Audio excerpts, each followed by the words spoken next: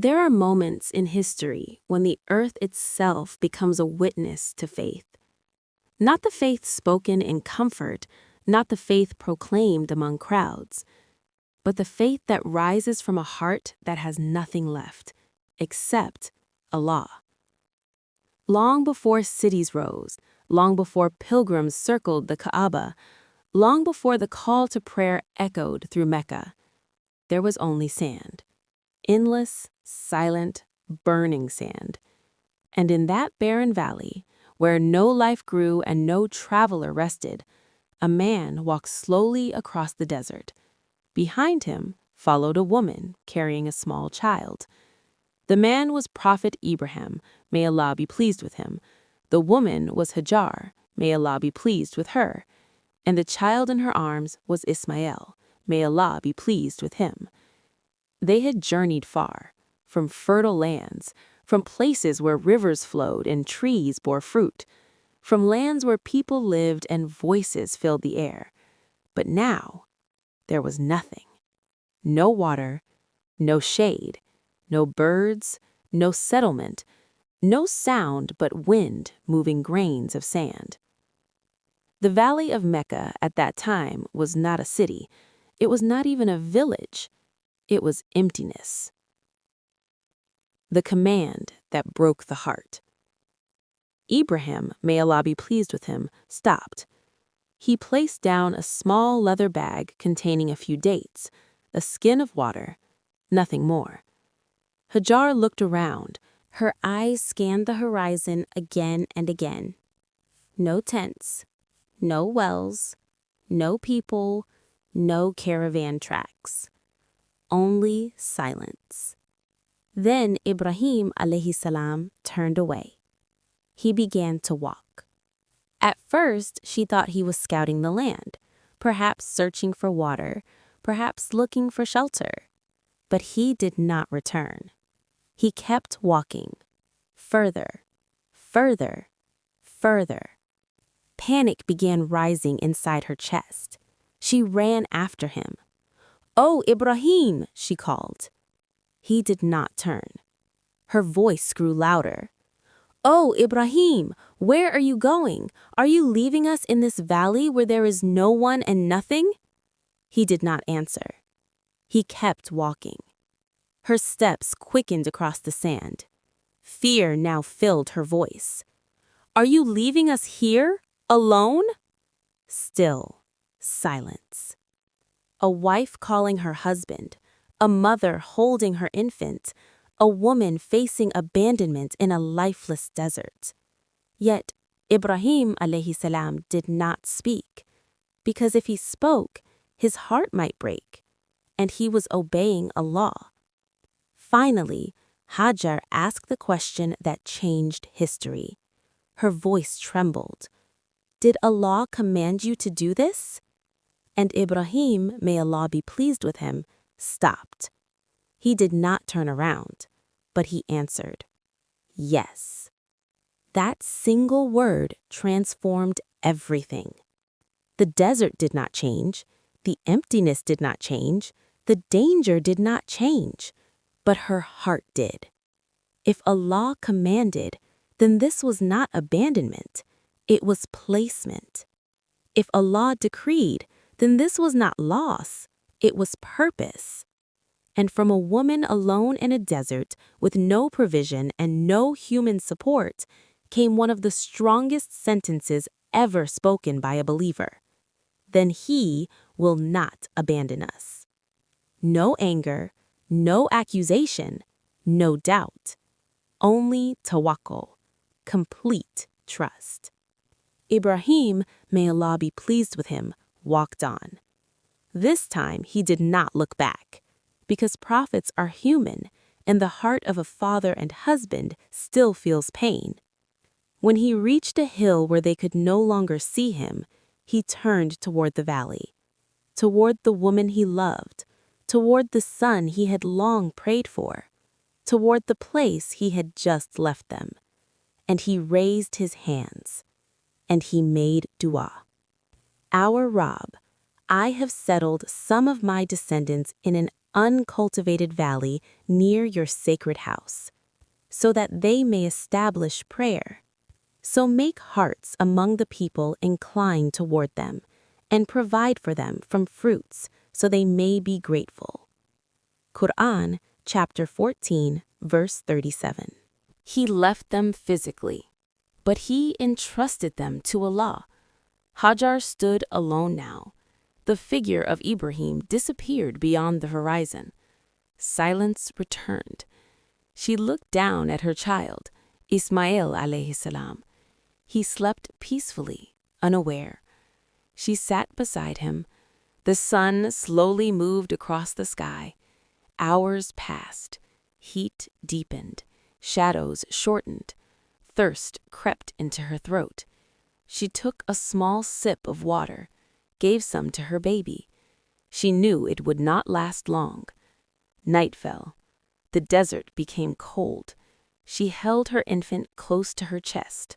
Above her, stars filled the sky, a sky so vast and clear it felt endless. There were no lamps, no walls, no roof, no people, only Allah and her trust in Him. Days passed. The waterskin became lighter. The dates became fewer. Her milk began to dry. Ismail alayhi salam began to cry. At first, softly, then restlessly, then painfully. A baby's cry of hunger is sharp, but a baby's cry of thirst is different. It is weak, dry, fading. Each sound pierced her heart. She tried to nurse him, but her body had no water left to give. The desert sun burned above them. Sand reflected heat from below. The child cried, and the mother faced the greatest pain a parent can face: to see your child suffering and be unable to help. She could not sit still. Instinct moved her. Hope moved her. Desperation moved her. She looked around. In the distance, she saw a hill, Safa. Perhaps someone could be seen from there. Perhaps a caravan. Perhaps travelers. Perhaps water. She placed Ismail gently on the ground in shade as best she could. Then she ran, across sand, across heat, across emptiness. She climbed Safa. Her eyes searched the horizon. Nothing. No movement. No people. No life. Her heart sank, but she did not stop. She ran down the hill, toward another rise, Marwa. Across the valley floor she ran. That stretch was lower ground. Traditions describe she ran faster there, fearing she could not see her baby from that dip in land. A mother's fear, even while searching for help, never forgets her child. She reached Marwa, climbed, looked. Nothing. Still nothing. But she did not collapse. She did not surrender. She ran again. Safa, Marwa. Safa, Marwa. 7 times. 7 desperate journeys between hope and emptiness, between human striving and divine decree. After the 7th run, she returned to Ismail. He lay on the ground, weak, moving his heels against the sand, a reflex of distress. And then something happened. She heard a sound, not wind, not echo, not her imagination, a sound near the child. She rushed closer. The ground beneath Ismail's feet began to shift. Sand loosened, earth opened, and water emerged, clear, cool, flowing, a spring in the middle of lifeless desert. She gasped. She hurried to it, scooping water with trembling hands, giving it to her baby. He drank. Life returned to his body. She drank. Strength returned to hers. She gathered stones around the flowing water, forming a basin, fearing it might disappear.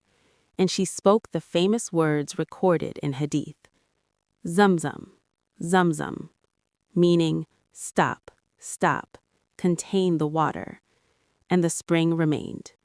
Zamzam, a miracle not descending from sky, but rising from earth beneath a child's feet. Not abandoned. The woman who had said, Allah will not abandon us, was proven right, not just for herself, but for all generations. The water did not stop. Caravans later passed. People settled. Mecca was born. The Kaaba was later raised by Ibrahim and Ismail. Pilgrimage began. And centuries later, millions would come. They would walk between Safa and Marwa. They would drink Zamzam. They would remember her steps, her running, her trust, her motherhood, her faith in a desert. Today, no Hajj is complete without Sa'i, walking between Safa and Marwa. Every step echoes hers.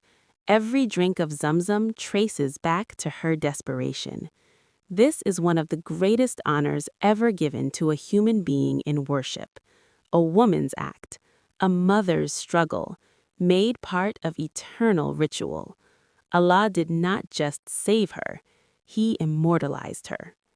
Her story is not only history, it is guidance for every believer facing emptiness, when provision seems gone, when support leaves, when plans collapse, when life places you in a desert you did not choose. Hajar teaches, placement by Allah is never abandonment. Effort must continue even when hope seems unseen. Relief can emerge from where you never imagined. And faith spoken in hardship echoes across centuries. There are deserts in every life, moments when people leave, when help disappears, when future looks empty. You may feel forgotten, but Hajar stood in a valley more empty than any loneliness you have known, and she said, Allah will not abandon us, and He did not. Zamzam still flows today, in the same place, from the same source, under the same sky. It is drunk by millions, used in healing, carried across continents, all because one mother refused despair. One believer trusted Allah over circumstance. One woman ran when hope seemed gone. If Allah places you somewhere you do not understand, if life feels barren, if support walks away, if you stand with nothing but faith, remember Hajar. The desert was real. The thirst was real. The abandonment felt real. But Allah's care was more real than all of it. You may stand in emptiness today, but beneath your feet, Allah can create Zamzam. You are not abandoned. You are placed. And the one who placed Hajar in the desert is the one who brings water from stone and life from emptiness. Trust Him.